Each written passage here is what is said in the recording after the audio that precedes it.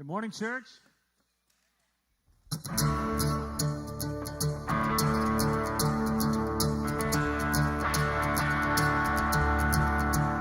I was buried beneath my shade. Yeah, come on, say that. Look at that kind of way. Was mine till I met. I was breathing but not alive. All my fears I tried to hide. It was mine till I met. You called my name, and I ran out of that grave. Out of the darkness, into your glorious day. You called my name, and I ran out of that grave. Out of the darkness, into your glorious day.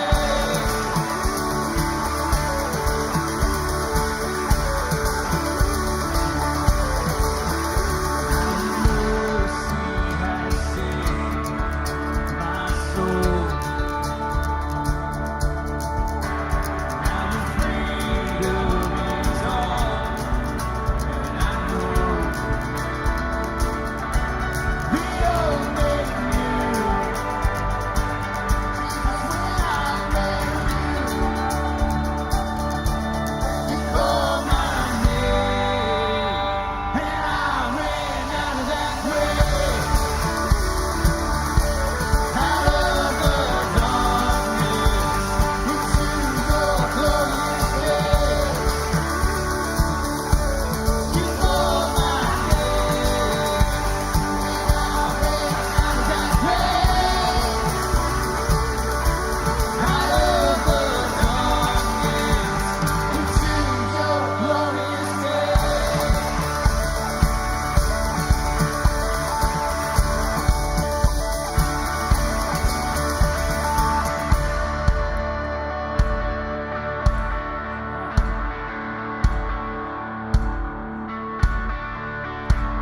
I know the ways my sin is heavy, chains break like the weight of your glory. I need shelter, I was an orphan. You called me Savior's invader. When I was broken, you were my healing. Now your love is the air that I'm breathing. I have a future, my eyes are open. 'Cause when you called my name, I ran out of that grave. Out of the darkness, into your glorious day. Oh, you called my name, and I ran out of that grave. Out of the darkness, into your glorious day.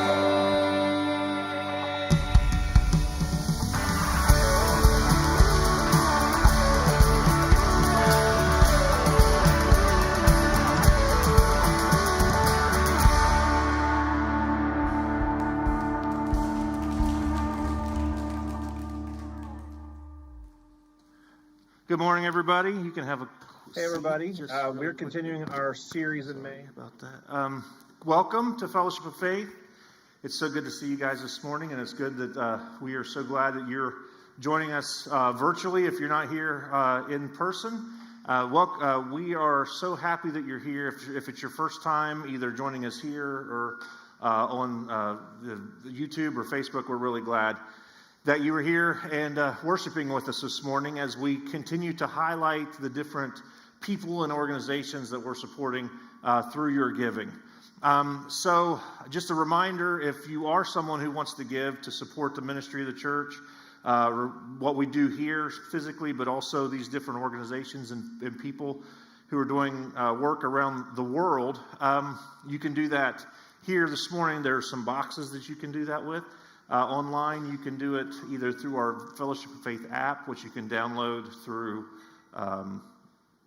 the Apple Store or the Google Store or the Windows Store, or you can also do that via PayPal, and you can just ask us for that information through Facebook Messenger, and we can give you that.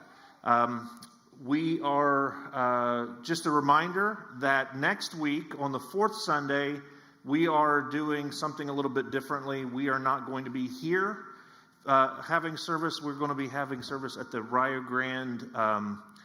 It's the Bob Evans Shelter House that's now owned by the University of Rio Grande. It's just right in Rio Grande. Back there's if you know where the hiking trails and the pond and things are, they're there. If you need information about that, we'll make sure to post that on our Facebook page and our website, so you know how to do that. Thank you. But because of that, we are buying lunch and for that on next week. So we're going to have our service, and then we're going to have a meal. It's not going to be nearly as good as it would normally be with all of you guys bring in all your great food and desserts. But we are buying each family in the church a pizza to share afterwards. It'll be delivered there. You'll be able to have that there. But we have if you're online, there is a way of sign up there. You can do that through the app, I think. But you also there are papers that you can sign. Just check what you want, and put those in one of the boxes also, and we'll make sure we do that. We need to have that information today because we've got to get that set up. So either direction you're doing, you need to make sure you let us know. If that's not your thing, if you want to bring your own picnic lunch, that's great. We would love to have you guys do that, and then we'll have options for hiking, and make sure you bring your fishing stuff and all those kinds of things. But also next week, we won't be showing videos like we've been doing because of logistical stuff. I'll be sharing some updates for a couple of our missionaries with whom we haven't gotten videos and we can't have here physically, and about another organization that has begun in the last year or so here in Gallipolis called Square One. So we'll be talking about that, and actually all the board members from not all of them, many of the board members from Square One, which is a homeless and domestic violence shelter that's being started, will be there to answer questions that you may have. So that's what's going on next week. And then on fifth Sunday, we've got other stuff planned as far as highlighting more of our missions organizations. So if you would stand up, we're going to pray and continue with our service. Heavenly Father, thank you so much for what you've done, for who you are, and for bringing us here today. I pray that we will just continue to ask you what you would have us to do, where you would have us to go, and how you would have us support those who are answering the call to go spread the message all over this country, all over our community, and all over the world. We ask all this in your name. Amen.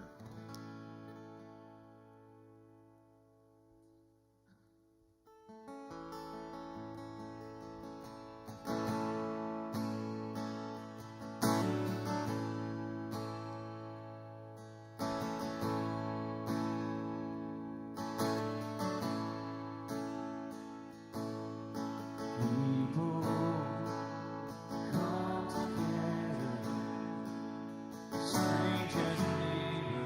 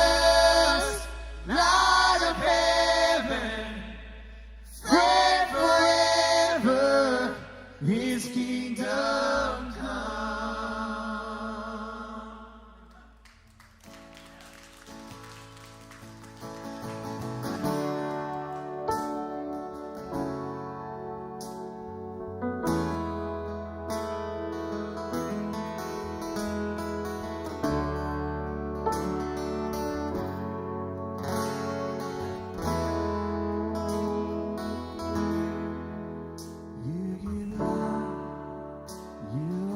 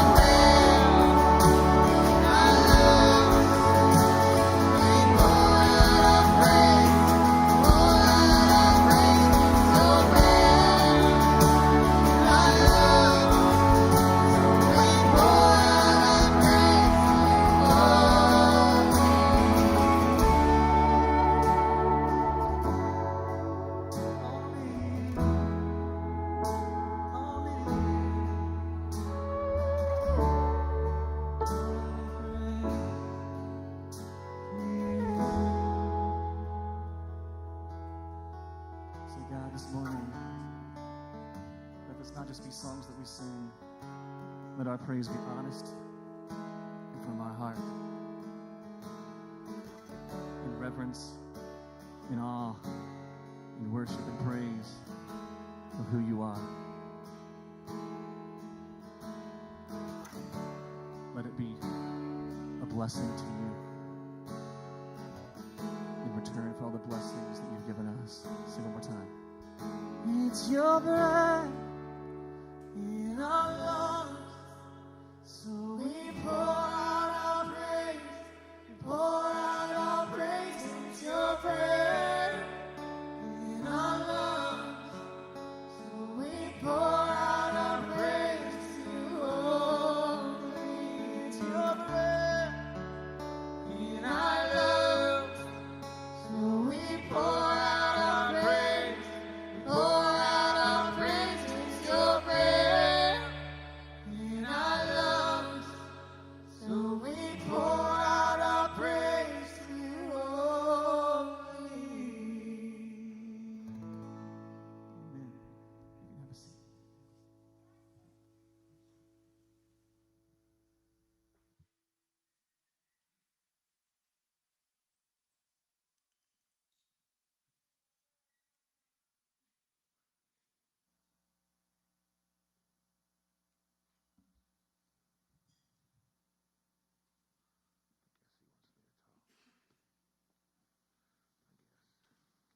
Hey, everybody.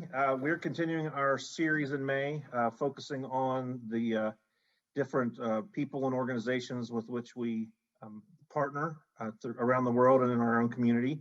Today, we have Victor and Kristen Roja, who are our friends who minister in Hungary. So Amy's going to do the interviewing for the most part, but we are so glad to have them on here today.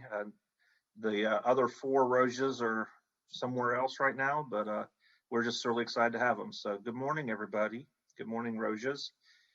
Morning. I know it's not morning, it's like 9 o'clock or whatever. Yeah, but the other Rojas are in bed. yes. So, I thought we could start with you just giving us a brief overview of what you do. Sure, go for it. Okay, well, I will start then. So right now I'm working at the International Christian School of Budapest, and I'm teaching Bible or Christian studies to 10th graders, 11th graders, and 12th graders in the high school. And it's a really exciting period of time with them because each level of class, they're going through various Christian studies, and it's really stretching me, it's stretching them, and they're growing in their faith. And I'm also having to do a lot of background work so I can teach them. It's a whole new field of Christian teaching for me, going from college to high school. And as for me, well, these aren't really normal times for me. We're coming out of lockdown right now. So I've actually been home the last 9 weeks, keeping on top of the girls' education. So I have Emily is 6th grade, Gabi is 3rd grade, and Lily is in 1st grade. So in addition to that, we have a 1.5-year-old. So I'm pretty much at home managing that. But when they are in school, I'm doing various things in the community, working with moms, helping teach English classes, and just providing our home as a place for fellowship, hospitality, things like that. Sometimes baking cookies for the students and just various other things. So, yeah. So one of our church folks asked, when or how did you first feel called to step out and go to the mission field? And I realize that might be a different answer for each of you. Sure, yeah. You want to go first? So for me, how it started, I was still in high school, and I was just going through the process of finishing my studies and going into college education. But I was really unsure as where I was fitting with my journey with God and how He wanted me to go about my life. So there was this one time I was in England for a short visit, volunteering there. And during that time, I was talking to someone who really challenged me in my walk with Christ. And that was the turning point when I knew I was going to be in full-time ministry, and then just step by step, God just led me towards missions, and here I am today, missions. Yeah, so for me, I grew up in Indiana. I don't know if folks know, Victor is from Hungary, so we have very different stories. But I grew up in Indiana and come from a non-Christian family. And I got involved in a church there my junior high years. And then in high school, I went on a short-term trip with my youth group to Mexico, actually 2 different summers. And it was during that time that I felt the Lord just opened my eyes to the world outside of small town Indiana, to see the need, and just was challenged. But in my young mind, I thought, oh my goodness, I don't come from a Christian family. I can't be a missionary. Like, I just had all these different thoughts about who these great missionaries are. And, I just didn't fit the mold in my high school age brain. And so kind of just pushed it to the side. And then I ended up at a Christian school in Indiana, and God just kept putting missions in front of me, and I went on more trips. And then I got involved with WGM, World Gospel Mission. And still, even then, I thought, I can't raise funds. I'm not a fundraiser. I'm not, I don't think I can learn another language. And so I still went on short-term trips, but it took a long time for God to, for me to acknowledge God's call to serve overseas. And actually, it's funny because I spoke Spanish, and I had always been to Latin American countries, and Europe was never on my mind. And then I met Victor, and here we are in Hungary. So even the path that I thought maybe the Lord would lead me on, He had different plans. But yeah, so here we are. It's been a long journey, but it's been a good journey. Yeah. All right, so we have a couple questions from some of our younger members at the church. They want to know, you've already kind of talked about what you do during the day, but they asked what it was like to be a missionary. They asked kind of how you decided to go where you wound up in Hungary. I know the Mayats talked a little bit about that with their experience last year. I know last week, and yours is a little bit different than theirs. So why don't you guys just share that a little bit of how you landed on going back to Hungary for your work. Sure. So as far as the first question about what's our life like as a missionary, in Hungary, so much of what we do is just about living our daily life, building relationships with those in our community. And it's the day-to-day, I think, as people see us raising our kids in this community and going to work, going to school, how are we living our life? How, what do they see that might be different than the story, the life, the journeys that they're on? That's what really raises questions in our friends and those in our community when they see something a little bit different. And we just know the greatest impact we have is just how we live our daily life here, because Hungarians are pretty closed off, and I don't know, how would you explain? They're hard to, sorry, they don't trust many people. So for us to just go and have a program or just even try to talk to somebody on the street, they're going to be like, who are you and why are you trying to talk to me? So it's really important that we just live our life here and build those relationships so that those opportunities for deeper conversations can come. So I don't know if that answers that question, but we pretty much we raise our kids, we go to school, we go to work, and in those day-to-day interactions with people, and we just hope that we can make an impact. And so and then how do we land on Hungary? Well, I mean, Victor sat me down in a Starbucks many years ago, and he said, "I'm going back to Hungary. Are you in or are you out?" You don't have to share that one, but that's really true. That's the Hey, best part. I love that that's part. awesome. So how do we decide on it? I mean, it's really anticlimactic. I mean, so Victor, you can edit. How we decided on Hungary was that Victor's plan, he had been serving as a youth pastor in Hungary, youth minister in Hungary, and was sent to the States to get education because at the time there was very little Bible training in Hungary. And so he was sent to the States to get some Bible training so that he could come back to Hungary and train other Hungarians.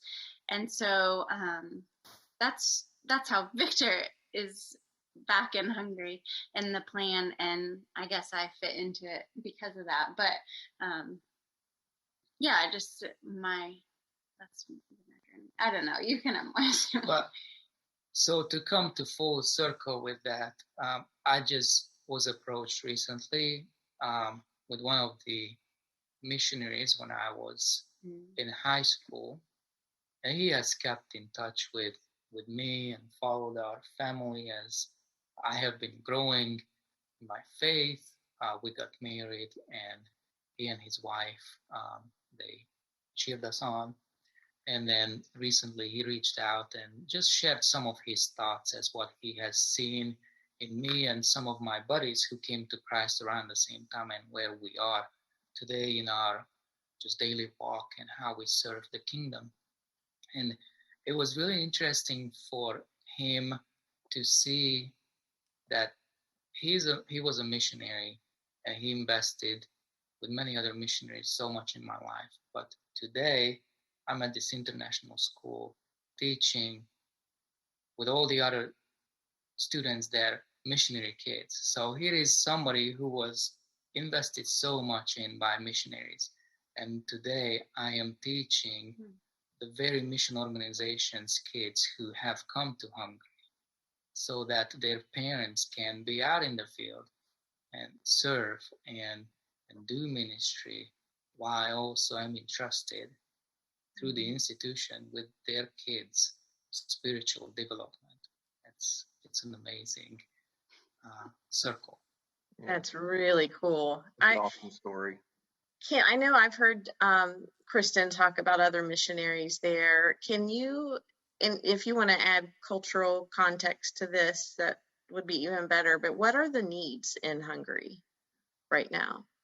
I would say English teachers, because English is a great tool for evangelism, and not necessarily trained English teachers, but people who are willing to come and do English. For a couple years, I just went over to the local Hungarian school and was able to go in a couple days a week and help the English teachers teach English. And they were very like, whatever you want to teach them. So it totally opened the door for me. You know, around Christmas, we did a Christmas teaching. Around Thanksgiving, we talked about gratitude. And I just think there's so many people who want to learn English here.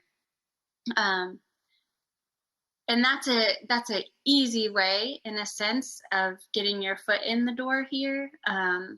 For long term, it's a bit more difficult because language is such a hurdle for missionaries, for anybody coming to Hungary. The Hungarian language is so difficult. So there's a need for discipleship. There's a need for partnering with churches. But those are people who have to say, I'm going to invest in, you know, the Hungarian language and take 2 to 5 years and really just learn the language so that they can do that heart discipleship, you know, in their heart language. And So that's what I would say. I don't know if you'd agree. I do. And it's, when you think about ministry in Hungary, they need people who are sold out to stick here, be around, and be around for good. And just a quick update, how are the kids doing? I know they're all in bed, but are they still loving living in Hungary? Yeah, they're doing good. You know, COVID has been hard. It's been hard for every kid, I think. So they probably are feeling just like the kids sitting there in Ohio, and just the struggles. We've actually had quite a bit of loss. We had a close friend pass a few weeks ago here. She was the elementary and middle school principal, and we were good family friends with her. And she struggled with COVID for a couple weeks before she ended up passing. And so that's been a really big struggle for the girls to walk that. And as they get ready to go back to school on Monday, two of them who are at that school, one's a little apprehensive about not seeing her and what that's going to feel like, and the other one is just worried about getting COVID. And so they have the same struggles I'm sure many kids have, but we've tried to make the most of this year, and our daily walks and some of those special foods, the quarantine foods and things like that we made as a family. So they're doing pretty good. They're excited to be back with friends for sure. So.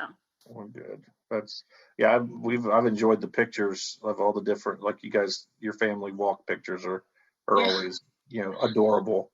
How are you doing on peanut butter? Is it time for Amy to arrange to send more? COVID has interfered with that. Really hard. Yeah. We're having problems with the peanut butter supply, but I'm working on it. Okay. Yeah. What I know, you always need our prayers. You always need financial support. Are there small things besides peanut butter that you could use, that you need from us, whether it's sent to you or with people coming to you? What are your needs? What did everybody else say?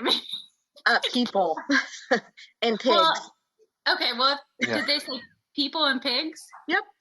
So far. I was going to say something about the people part, but you said little, and I was like, well, that might be a stretch if I say my whole thing on people. Because let's go big too. Big? No, Big. I did say pig before, but now I'm saying big. Let's think big. Okay. What do you need? So, we want people to come and experience Hungary, because most people who come fall in love with Hungary, and we just want people to love Hungary like we love Hungary. So the hardest part about ministry in Hungary is a lot of times if you think about taking a team somewhere or going on a short-term mission trip, you think project, like, oh, there's a church to build or there's a project to dig or whatever. And we just don't have that here because Hungary is pretty somewhat modernized, I guess we can say. But we've just been dreaming a little bit. And before COVID, it was maybe thinking like we need a prayer team to come and we can walk people around to different parts of the city, and it'd be more of like a historical but time for prayer and to get to meet some of the people we work with and partner with. And so that's just a dream of ours, and we need COVID to go away for stuff like that to happen. But okay, and I would agree with you, because the short time we spent there, we left changed, just completely changed. The culture, the history, what's going on currently, we've not been the same since, and can't wait to go back. Yeah, Amy has become a major promoter of Hungary and Budapest and just about pretty much every way. So, and it's a big part of that's because of you guys too. So, thank you so much for doing this. It's been fun, and we just want to say thank you to all of you there, and we find it's a blessing to partner together here in Hungary, and we feel your love and your prayers, and just want to say thank you. Awesome. And Victor, I know you're usually slow to speak, and partially because you're trying to figure out how to pull a prank on me, but is there anything you would like to add? Yeah, but it's really humbling, you know, how you guys are partnering with us, and you guys are making it possible for us to be the hands and feet of Jesus. And just some of the stories, because a newsletter can only tell so much, you know. The stories are countless. The impact is huge. People see our lives are different than theirs, and they are thirsting for that. And you guys make it possible for others to see there is a God out there who cares for them, who loves them. And this is what you make possible happening in Hungary. So thank you so very much. You know, it's, we met through Craig just a few years ago because we were doing a series on the Apostles' Creed, and I think it's, or no, was it the Lord's Prayer? I can't remember which one we did. We just had you do. We just needed somebody, the Apostles' Creed, and we just needed someone who spoke another language, and that's how we met. A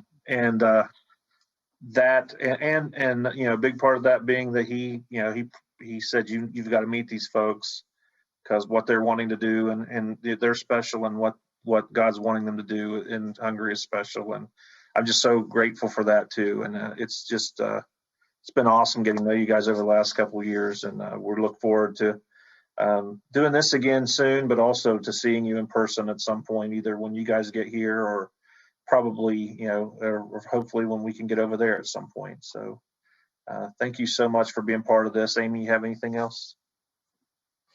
All right. Nope, we love you guys. Love you guys so much. All right, so that was Kristen and Victor Roja. We're really glad that they were a part of of this month. All of those places where you saw, I realized two things. First of all the places where you saw fade ins and fade outs were the places that Amy told Steve Roush to cut out my jokes. Like that's legitimately what happened there. I noticed that also. I noticed that I've got to figure out something to do with my hands when I'm on these videos because they were all over the place. But we really appreciate them being able to do that. But we're also excited this morning because we're doing a lot of these via video because our folks are around the world.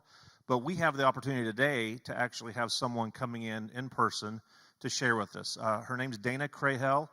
She is part of Lifeline. She can come on up, Dana. Part of the Lifeline organization, and she'll talk a little bit more about that in just a second. Some of you know a little bit about Lifeline because they're the ones who bring the food in.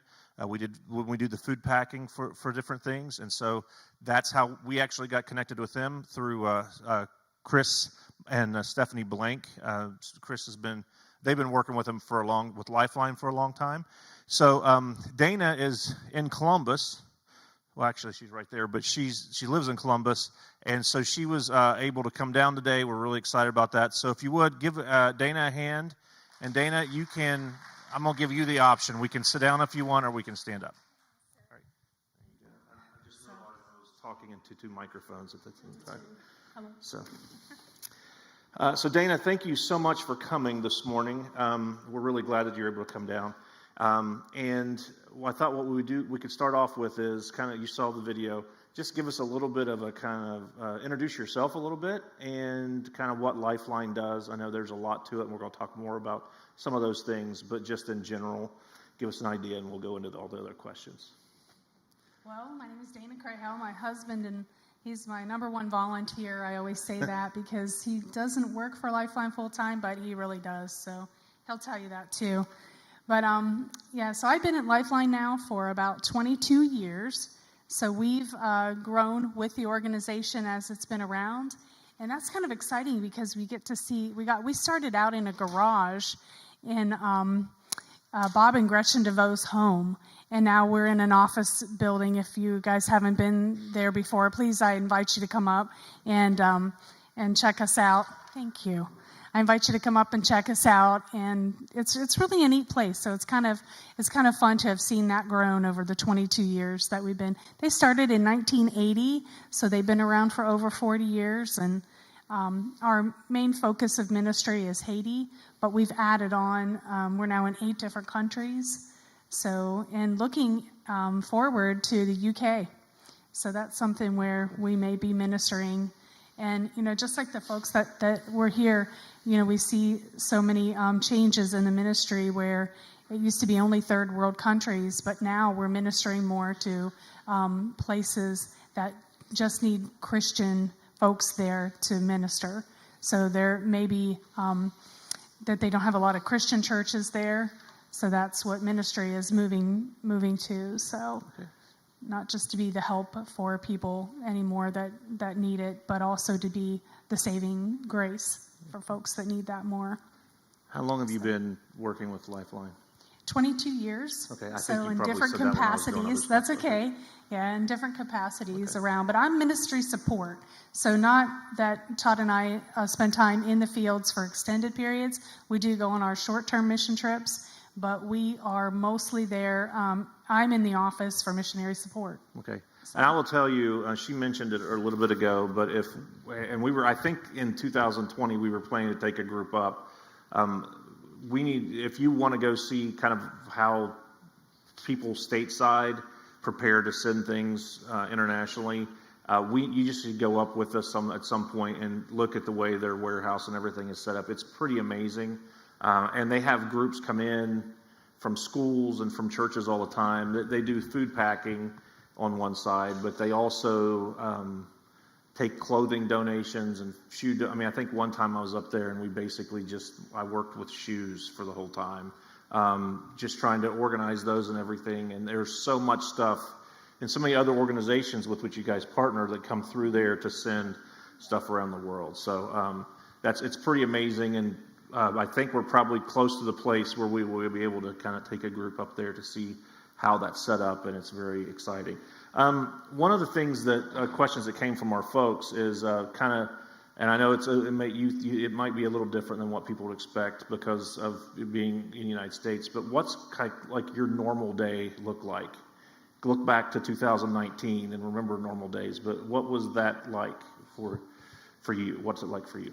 So a normal day back in 2019 would have been just to come into the office.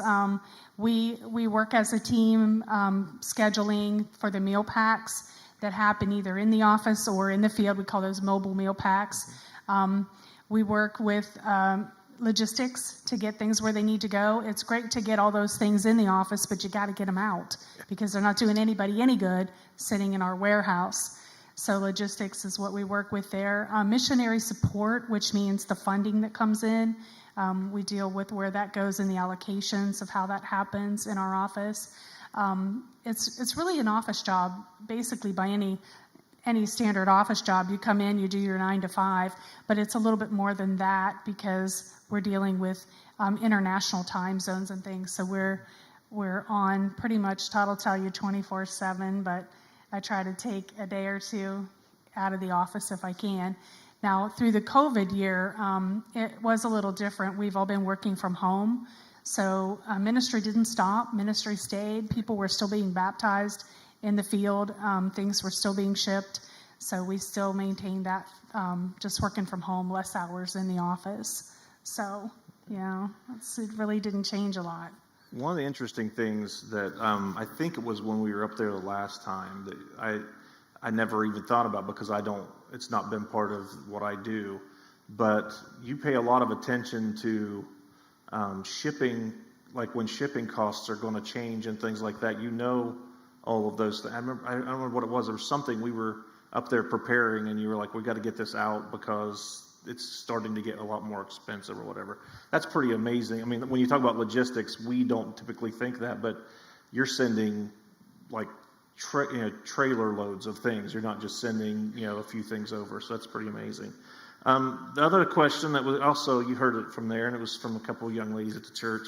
And I know that you've kind of described what it's like for you, but you have some information from some folks They wanted to know what it was like to be a missionary, and so you actually have some paperwork from one of your, or a couple of your missionaries in Haiti, right? I So why do. don't you go ahead and share that? From Susan Hammond in Haiti, and I'm going to have to switch glasses. I apologize. That's You know, little. it's a tiny print, and it's over 40, so yeah, so sorry about that. So the first question was, what's it like to be a missionary? And Susan says, being a missionary is exciting, but it's also hard. It's exciting because you get to spend time in a new place and meet new people. You get to help people understand God and what He wants for their life. You get to help people solve problems too. But it's hard because you sometimes need to learn a new language. You miss your family and friends in America. So, and Susan is serving in Haiti full time, her and her husband Brad. Okay. So, So that's great. So you said you've got the other question on there too. mm-hmm. Okay. For you though, how did you decide? Like you've been in this for 22 years. What was your path to getting to a place where you decided that this is where you wanted to be? So like your missionary in Romania, I didn't grow up in a Christian home, so this definitely was a God pulling me that direction. But how I got involved with Lifeline was my husband actually took a trip to Haiti through our church. And when he came home one day, he had been working with a group of men at church, and they were fixing or doing something. And he comes home and he says, I'm going to Haiti. And I said, Tahiti? Wait, that's like an island. I had no idea what he was talking about. So that's how far removed I was from the mission field. And he said, no, Haiti, and it's a third world country, and we're going there to build a home for a family that doesn't have a home through what they call their home building ministry. And so I looked a bit more into it, and at that point in time, I had been staying home with our children, and I had an in-home daycare in my home, and was getting ready to go back out into the work field. Had been in corporate America prior to that. Y'all know that, the 60-hour week. And so we decided that our kids were kind of important, you know. So we wanted to have at least one parent home, a little bit more than the 60 hours we were spending at work. So when he came back from that mission trip, he said, I know you're looking to go back full time, but would you consider going back part time and maybe helping out this ministry? And they need help in their office. And I had been an office manager in my previous corporate life, and I was like, yeah, I think I could probably do that. It's going to be slow. Yeah. So within about 3 weeks, I went in for 2 days a week. In about 3 weeks, I was there 3 days a week. And within that year, I was there 5-ish days a week. And now it's just, Okay. Whenever. So you discovered what most people who go into ministry, it just slowly takes over. Or not, sometimes not so slowly. That's okay. So yeah, that's 60. When you said you were going to go reduced from 60 hours a week, that's pretty funny. One of the other questions, I know you've got the answers there, and was kind of how did you decide to go where you're going? Is that the one that they? So I have Susan. Yeah, she's got all the questions answered here. So. Or what was it like coming to that decision? Was it hard or whatever? So you can go ahead and answer that, and then. Yeah. So for me personally, it wasn't hard. After Todd came back and had shared his experience about Lifeline and Haiti and just the organization overall, I was jumping in with both feet. I was just ready. And it did not disappoint. When we first started out with Lifeline, just getting in there, Bob and Gretchen were pretty much a one-man band. They had a lot of support in different areas of the world, but running the actual mission, it was them.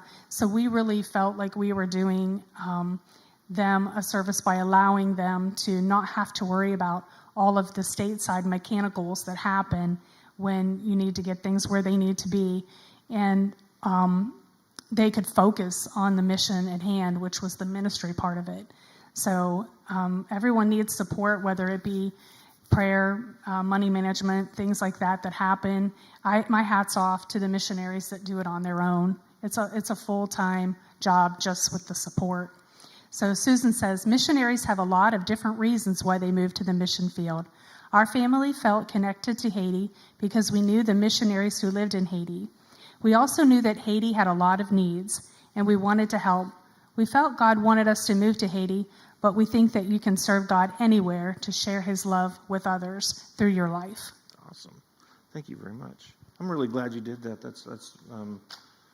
because I know you said you weren't sure, like what's it look like being a missionary? And you're like, I live in Columbus. It looks, like people who live in Columbus. But all right, so you've gave it. We have a graphic that's going to go up in a second. The question about how COVID has affected what you've done, and you said that you didn't stop doing ministry, which we know we did a food packing here during the whole COVID thing. But kind of you can comment on the three-legged stool and how that kind of worked. Yeah, so if you look at the beginning there, your three-legged stool has 3 functional legs. And with COVID, we kind of had 2 legs that really broke off. With our mission trips, we weren't able to travel. So ministry happening outside of Ohio pretty much wasn't. And so we do have funding through our mission trips. There's money that comes in to help in the field that is for the ministry that happens there through the missionaries that are coming in part-time.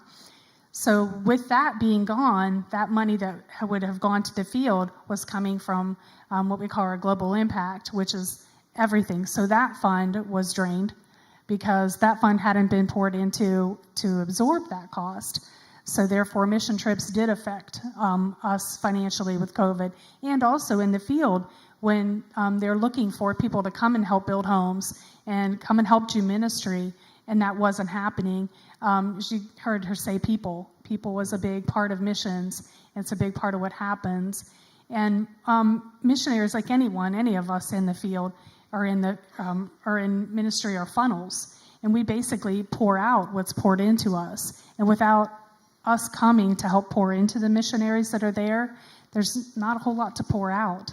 So we really need to keep people coming and keep that coming in to pour into us to be able to do the ministry that we do there.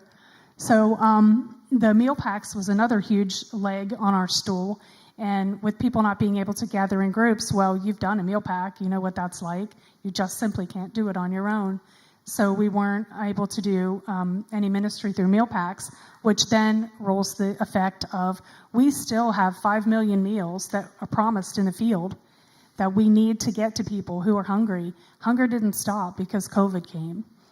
And so we needed to pack those meals, and we needed to be creatively doing that without gathering in large groups. So our meal pack centers popped up all over. We now have 5 different meal pack centers that we are operating to allow people to come even in smaller groups. So you guys could do this up at the Columbus area. We have 2 in Kentucky. We have another one that'll be online in North Carolina soon. And then Indianapolis is going to be our next focus. So those 5 centers will be open for us to make sure that if anything like this happens again, that we can still feed the people that we've promised meals to in these countries where we serve. That's amazing. I'm actually kind of surprised that Chris Blank hasn't mentioned that to me as a possibility of us doing something like that here, because typically when there's something like that going on, he's like, hey, this is something we could do.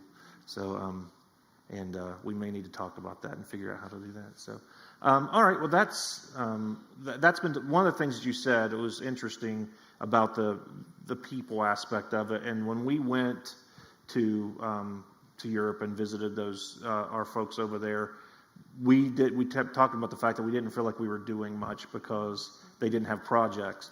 And their response was always, just you being here is a source of support. Because, especially if, Victor's a little different because he actually has family in Hungary, but if you're coming from another country and you're leaving everybody, and like even sometimes having someone who speaks your language so you don't have to go through that process is easier. So that's that's an amazing. Everything you've said is just verified all these other things, and it's what I've seen.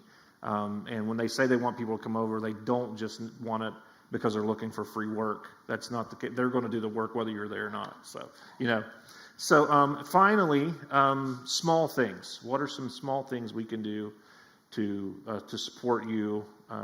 As always, we're going to pray. We're going to do some financial stuff. One of the things that that Dana hasn't said, and I don't remember what year it was. I think it was 2019. Dana was an employee of the organization, and then it shifted so that you had to raise your support. And so you very much do the same things that the Rojas and the rest of them do. You raise your support to do your work even though it's here.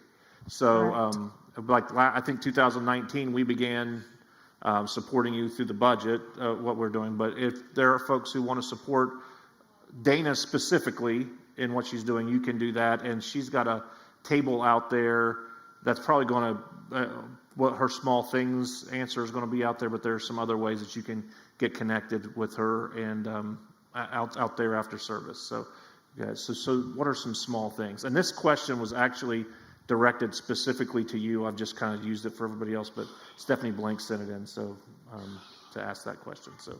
Okay, so during COVID, we did get a chance to step back in the first few months and assess the ministry needs and how we were going to collect things and how we were going to ship things. One thing that you hit on, Jamie, was exactly that logistics nightmare of trying to get things out of the country. So in working with our field staff, we came up with what's called a CHE program, and I don't know if anyone's familiar with that, but it's community healthy engagement. And that community healthy engagement isn't just about doing health. It's about making a community healthy. So what that means is having things in the community to support people, like maybe having a restaurant or having a grocery store, things we all need in order to have to be able to live in a community, to not have to travel far, work, jobs, again, all things that we need in a community, churches, schools. So with that in mind, we had our field staff do some assessments of what they really needed, and clothing and shoes kind of fell off the list. They said those are things that we have, no one's running around here without shoes or clothes, and if they do, it's because they've neglected that part of their, parenthood or whatever to get their kids clothes and shoes. They have access to it. What they need are jobs to be able to afford these things and to not be dependent on those types of things coming into the countries. So when they were telling us this, and it made sense, and I'll give you an analogy that I follow that just really brings it home. So say you've been sick, and I come to your house, and I say, Jamie, I'm so sorry you're sick, but I'm going to wash your dishes for you. So I come in, and I do your one plate and one cup because you've been sick, right? You haven't really eaten much. So I wash your dish, and I'm leaving. And as I'm leaving, I trip over 11 loads of laundry on the floor that you haven't been able to do either. Have I really done you a service by washing one cup and one plate? Or would I have been more of a service to you to do your laundry? Mm-hmm. So by asking you that, instead of me telling you I'm coming in and what I'm going to do, if you would have said, if I would have asked, well, Dana, I would love help with laundry. Could you come in and do a few loads of laundry for me? Then that would have been the service that would have been most helpful to you in your community at that time. So we're not getting anywhere by being leaders of a community if we're not asking what our community needs. So with that said, we step back, we ask our leaders in our communities where they live every day what they needed and what their wants were.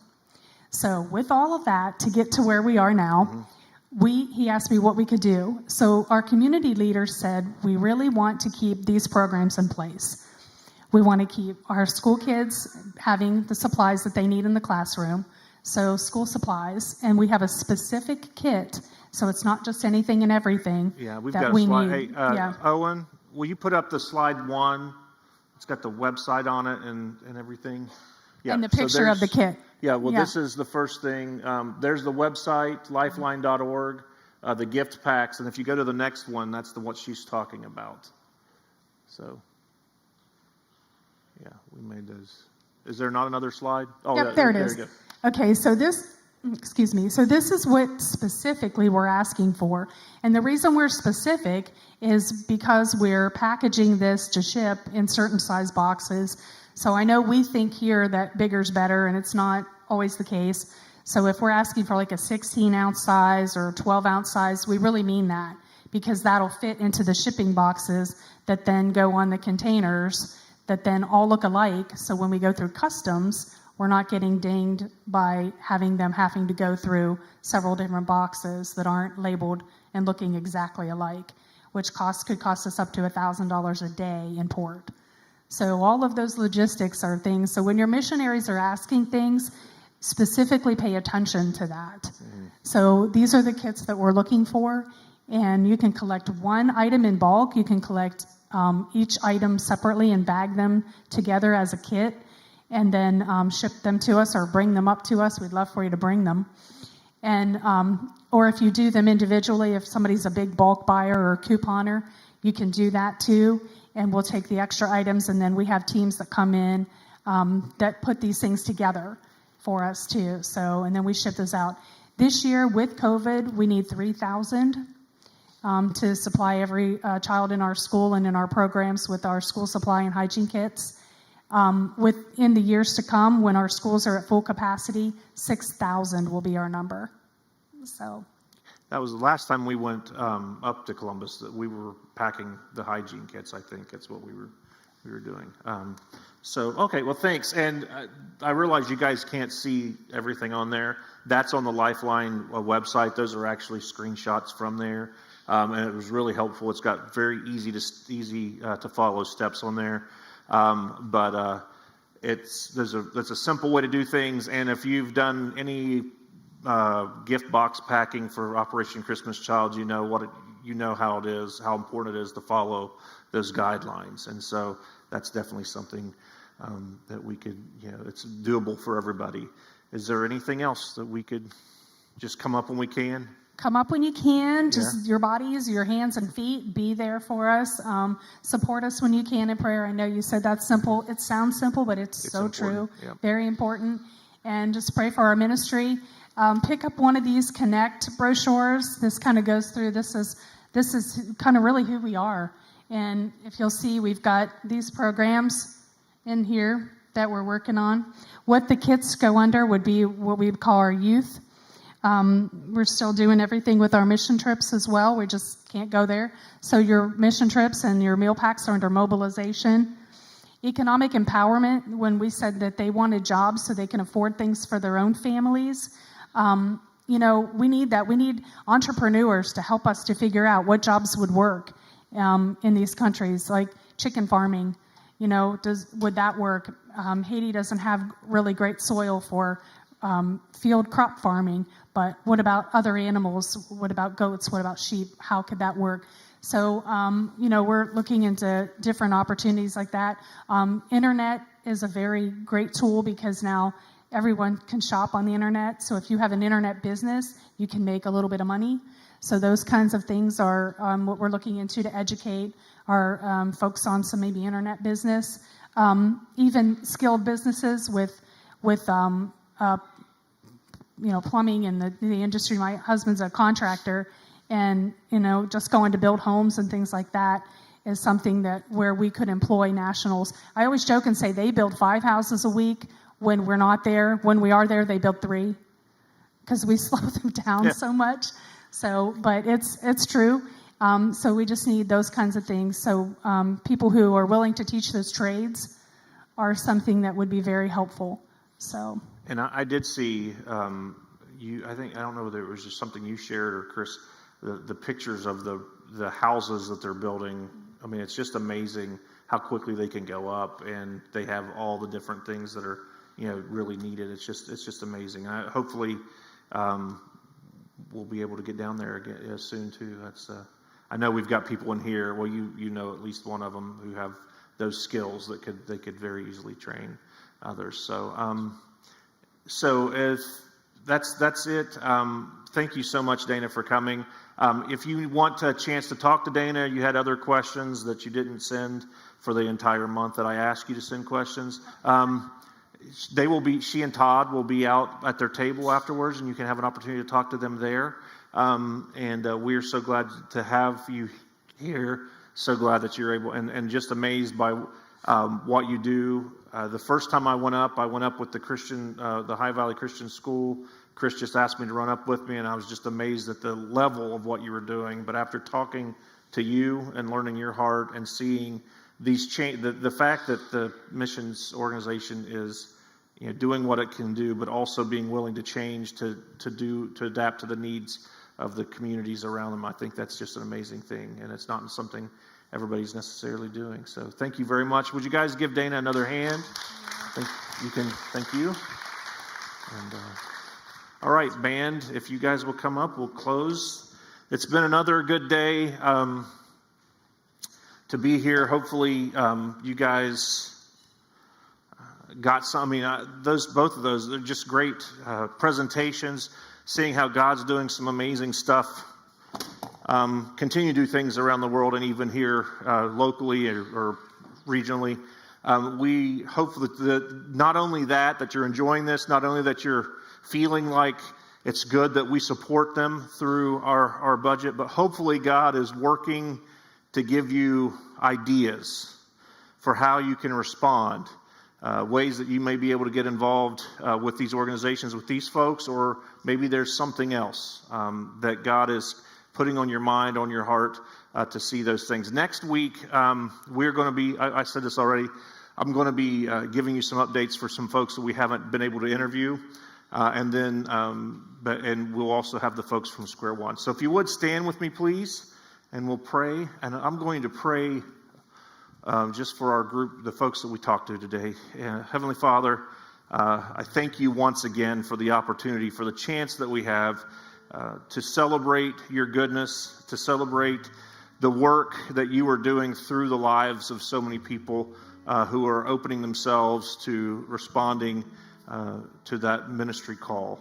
Lord, I pray now for Victor and Kristen and the girls and James and Luke, who's over there. Pray for them as they continue to do their work in Hungary, that you will keep them safe, that you will put the people in their lives that they can influence the way that Victor's life was influenced by those folks in Hungary when he was younger. Lord, I pray for Dana and Todd and for the entire Lifeline organization, that you will continue to help them to make the adjustments that are needed, to meet the needs that are needed, Lord. And I just pray more so in the same way I pray for all of us, that you will spark something within us, within our hearts, to make us want to be not just empathetic, but compassionate and be moved to do something, whatever that may be. We thank you for your goodness and for your grace and for your love. And we thank you that you've given us an opportunity not just to experience that grace for ourselves, but to spread that and to send it to people in our own community and all around the world. We ask all this in the name of your blessed Son, Jesus. Amen.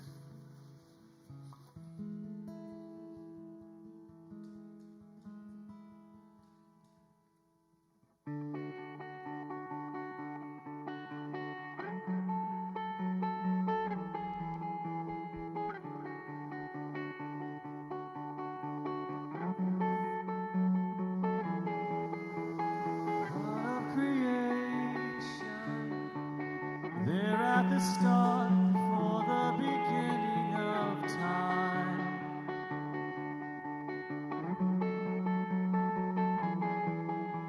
with no point of reference, you spoke to the dark and fleshed out the wonder of light. And as you speak, 100 billion galaxies are born. In the vapor of your breath, the planets torn. The stars are made to worship so alive. I can see your heart in everything you made. And the burning star, the signal fire of grace. Creation still praises so loud.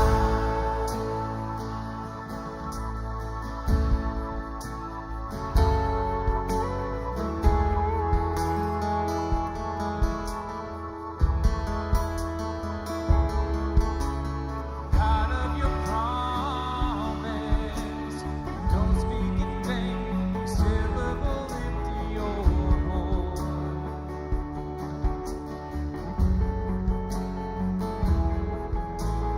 Once you have spoken, nature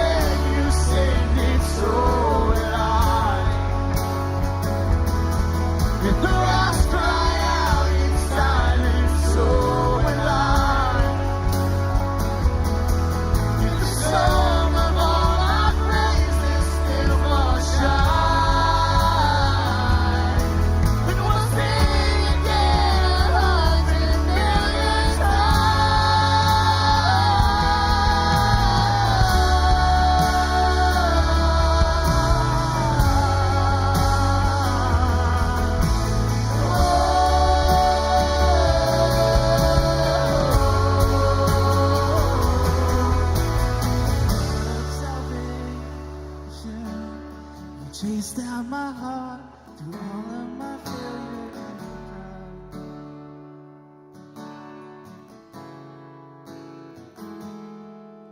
On the hill you created, the light of the world, abandoned in darkness to die.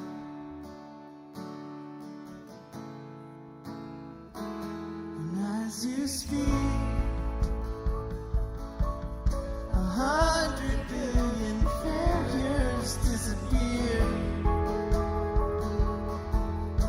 Lost your life so I could find it. If you left the grave behind you, so will I. I could see your heart in everything you've done. Heart designed in a work of art. If you gladly chose surrender, so will I. See your heart in a billion different ways. Every precious one, child died to save. You gave your life to love them, so will I. Like you were on the time. What measure could amount to your desire? The one who never leaves the one behind. The one who never leaves the one behind. You're the one who never leaves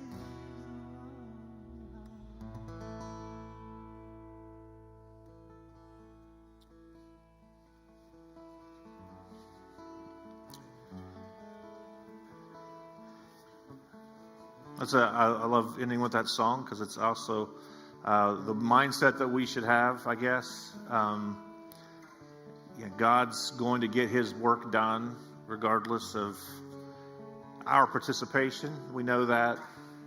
But we also know that part of that idea of the Great Commission is that we participate with him in seeing that work done. My prayer for you and for me and for our congregation here and for folks all over who say that they follow Christ is that they decide that leaving one behind is not an option. Go in God's peace. Go in his love. Have a great week. We'll see you next week. Remember, we'll be at Rio Grande next week.